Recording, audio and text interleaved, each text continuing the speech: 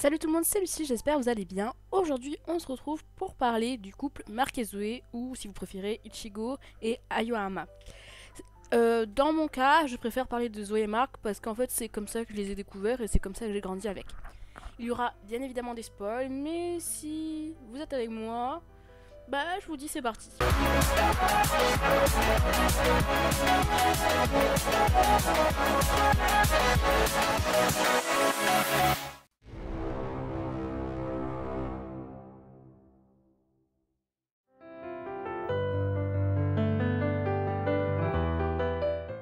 Comme vous le savez, ce couple, leur relation est un élément principal, central de l'intrigue de Mew Mew Power, qui est que ce soit le manga, l'anime, ancienne version ou encore la nouvelle. Pour ceux qui débarqueraient et qui ne savent pas qui ils sont, je vous fais un petit résumé rapide. De 1, nous avons Zoé, qui est à la base une jeune fille tout à fait ordinaire, qui va finir par se transformer en super héroïne qu'on appelle une Mew, suite à la fusion de son ADN à celui d'un chat sauvage d'Iriamote, dû au projet Mew Mew. Marc, quant à lui, est un garçon dit mystérieux et réservé qui semble avoir un lien spécial avec Zoé depuis leur rencontre. Dès le début de la série, Zoé est attirée par Marc, et on ressent des sentiments intenses, vraiment très intenses envers lui.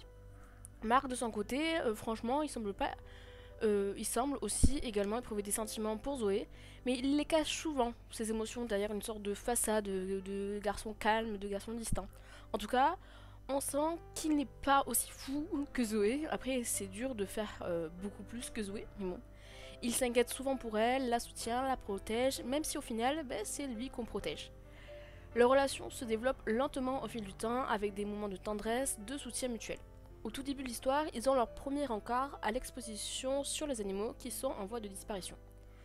Cette exposition est l'élément déclencheur de tout.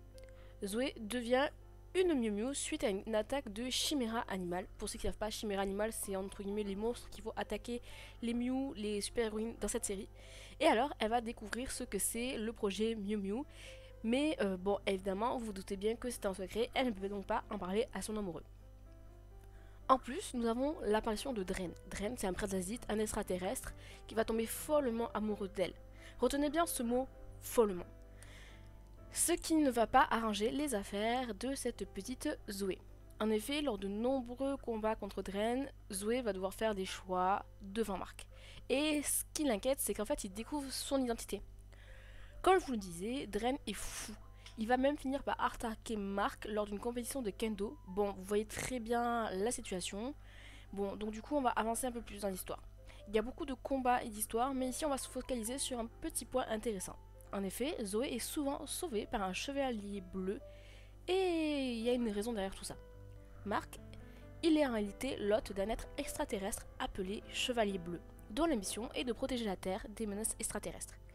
L'histoire alors va se poursuivre, donc nous avons une nouvelle rentrée à l'école et surtout une déclaration d'amour de Marc à Zoé. C'est pas mignon tout ça? Mais Zoé est alors submergée d'émotions et elle va avoir des oreilles et une queue de chat qui sortent. Donc elle se casse directement, elle prend la fuite après tout normal, mais cela va encore plus loin. Elle va finir par se transformer en petit chat noir. Comme elle sait pas comment redevenir humaine, ça va l'inquiéter. Mais vous inquiétez pas, elle va redevenir humaine grâce à Elliot et va même pouvoir fêter Noël avec Marc. Donc tout va très bien pour ce petit couple. Et finalement, ce qui devait arriver arriva. Zoé découvre la véritable identité de Marc en tant que chevalier bleu. Au début, elle se sent trahie. Puis, elle est déchirée entre ses sentiments pour lui en tant que Marc et aussi en tant que super-héros. Zoé est un personnage complexe au niveau émotionnel. Après, finalement, elle est tombée amoureuse du même mec, on peut dire. Et c'est le combat final, c'est l'esprit de Marc qui est en danger à ce moment-là. Marc est souvent en danger, hein, vous le remarquerez, car il est pris dans le chevalier bleu qui va finir par se transformer en méchant ultime. C'est-à-dire que son âme est bloquée, c'est-à-dire qu'il n'a plus le contrôle sur son corps, il n'a plus le contrôle sur rien du tout. Il va réussir à battre toutes les Mew Mew et les 3 extraterrestres au passage, donc Dren, Sardone et Tarp. Il ne reste alors plus que Zoé. Mais Marc, il est quand même là, il va pas se laisser faire. Il va reprendre un petit peu le dessus avec son esprit, ce qui aura laissé suffisamment de temps aux filles pour en finir. Malgré ces obstacles, Zoé et Marc continuent de se rapprocher et de se soutenir mutuellement. Leur amour est mis à l'épreuve à plusieurs reprises, mais ils parviennent finalement à surmonter les obstacles qui se dressent sur leur chemin. À la fin de la série, Zoé et Marc réalisent qu'ils sont faits l'un pour l'autre. Bon, est-ce que c'était une grande surprise? Bon, je pense pas.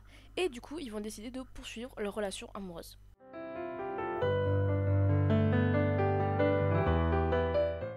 Pour moi, c'est le couple gnangnan par excellence. Je m'explique. Ils sont très mignons l'un pour l'autre. J'ose pas te dire que je t'aime, mais je suis là quand même. Bref, c'est le schéma typique. Bon, c'était déjà une autre époque au moment où c'est sorti. Je reconnais que c'est un couple très romantique, fidèle et qui ont vécu beaucoup de choses, mais c'est pas un couple qui est fait pour me plaire, désolé.